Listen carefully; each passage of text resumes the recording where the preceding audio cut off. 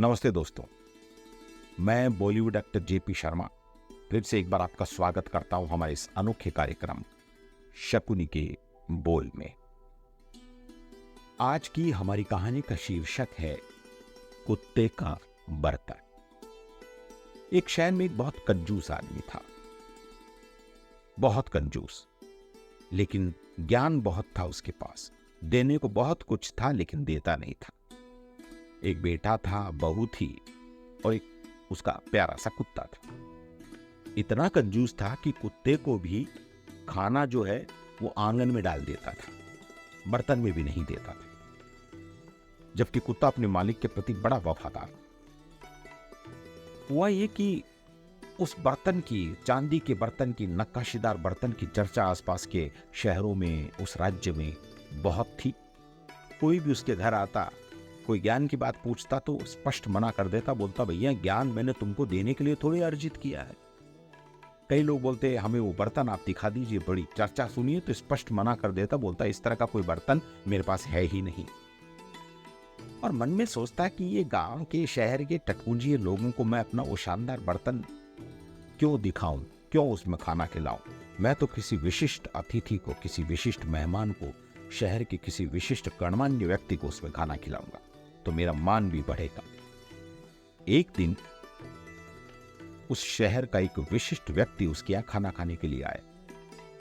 उसने बड़ी आवभगत की और अलमारी खोली, उस बर्तन को बाहर निकाला, अच्छे से साफ किया, उसमें खाना परोसने लगा तो उसके मन में एक ख्याल आया कि आज गांव का विशिष्ट मेहमान है, विशिष्ट व्यक्ति है, कल कोई नहीं रहा तो अब मैं इस आदमी पे अपना बर्तन क्यों व्यर्थ में खर्च करूं, जो आज है कल नहीं है।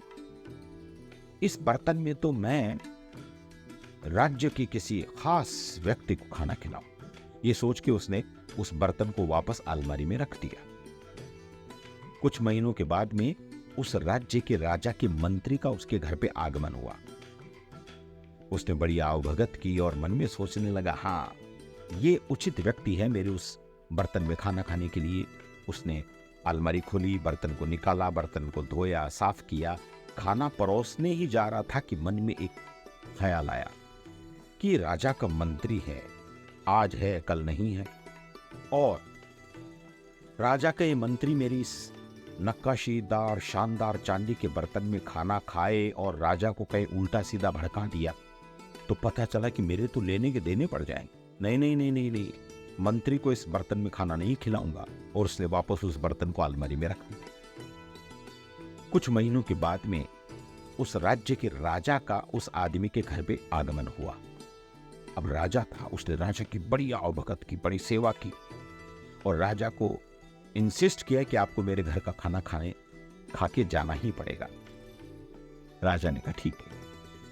अब उसने अलमारी खोली, बर्तन को साफ किया, अच्छे से उसमें खाना परोसा, और जब उस चांदी के बर्तन में परोसा हुआ खाना राजा को खिलाने के लिए लेके जाने लगा तो उसके मन में एक विचार आया कि राजा का अभी अभी पड़ोसी राजा से युद्ध हुआ है और पड़ोसी राजा ने इसकी राज्य की कई सारी जमीन पे कब्जा कर लिया है, और दूसरा इसके कई सैनिक मारे गए हैं।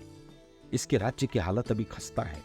अब मैं इस राजा को इस चांदी के बर्तन में खाना खिलाऊं और कल को ये बुरा मान गया तो ये बोलेगा मैं तो युद्ध हार चुका हूं, अपने सैनिकों को मरवा चुका हूं, कितनी मेरी जमीन पे पड़ोसी राजा ने कब्जा कर लिया है और तुम चांदी के बर्तन में मुझे खाना खिला के मेरे जले पे नमक छिड़क रहे हो। अगर ऐसा सोच लिया तो मेरा क्या होगा। बस इस ख्याल से उसने तुरंत उस चांदी के बर्तन से पूरा खाना दूसरी थाली में निकाला, बर्तन को साफ किया और अलमारी में रख दिया। जैसा कि शाश्वत सत्य है, जो आया है उसको जाना होगा, उस आदमी का देहांत हो गया। उसके बेटे और बहू ने सारे क्रियाक्रम निपटाए और कुछ महीनों के बाद उन्होंने अपने पिताजी की अलमारी खोली। उसमें बहुत सारा सामान निकला और उस बहुत सारे सामान में वो चांदी का बर्तन भी निकला, लेकिन वो खूबसूरत नक्काशीदार बर्तन पड़े पड़े पड़े पड़े कंधा हो चुका था, काला कलूटा सा हो चुका था। तो उसने कहा, अरे ये चांदी का बर्तन पिताजी का ये कैसा अजीब सा हो गया है।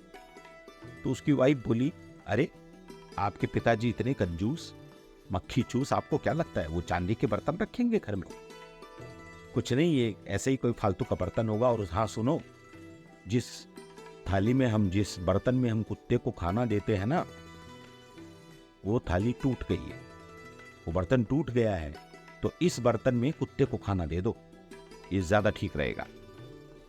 और मजे की बात देखिए कि जिस कुत्ते को आंगन में खाना डाला जाता था, उसकी मृत्यु के बाद किसी टूटे फूटे बर्तन में उस कुत्ते को रोटी दी जाती थी, उस कुत्ते को उस चांदी के बर्तन में खाना परोसा जाने लगा।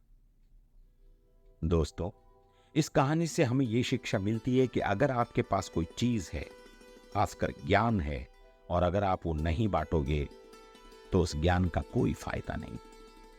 अगर आपके पास कोई ऐसी बढ़िया चीज है, अगर आप उसको शेयर नहीं करोगे अपनों के साथ, तो वो चीज एक दिन खराब हो जानी है। दोस्त, अगर आप नेटवर्क मार्केटिंग में काम करते हैं, तो ज्ञान जो है आपका बर्तन है, शानदार, नक्काशीदार। आप अपने ज्ञान को अपनी टीम में बांटिए।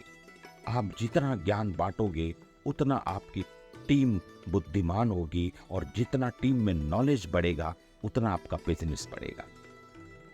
आपका ये जो बर्तन है, इसमें जितना भी ज्ञान भरा हुआ है, आप वो बांट दोगे तो ज्ञान खाली हो जाएगा। अरे ज्ञान खाली होगा तो दूसरे ज्ञान को आने की जगह मिलेगी। मैं कई लोगों को देखता हूं कि वो किसी को अपनी नॉलेज, अपना ज्ञान किसी को बताना नहीं चाहती। गलत है, बता दीजिए। नेटवर्क मार्केटिंग में खास तौर पे अपने लीडर्स को तमाम वो गुण सिखा दीजिए, पूरा का पूरा वो ज्ञान बांट दीजिए उनमें, जिससे उनका बिजनेस बढ़ता हो। क्योंकि नहीं तो ज्ञान एक दिन आपके साथ चला जाएगा और खराब हो जाएगा। नेटवर्क मार्केटिंग का मूल मंत्र है, जो सीखा है आपने वो लोगों को सिखाइए, जो सीखा है वो सिखाइए। और कहते हैं कि ज्ञान जितना बांटोगे उतना बढ़ेगा। इस दुनिया में हर एक चीज की चोरी हो सकती है, आपके पास जो ज्ञान है उसको कोई नहीं चुरा सकता। तो खास तौर पे नेटवर्क मार्केटिंग वाले लोगों से मैं इतना ही कहूंगा कि खूब सीखिए और अपनी टीम को खूब सिखाइए, खूब सिखाइए।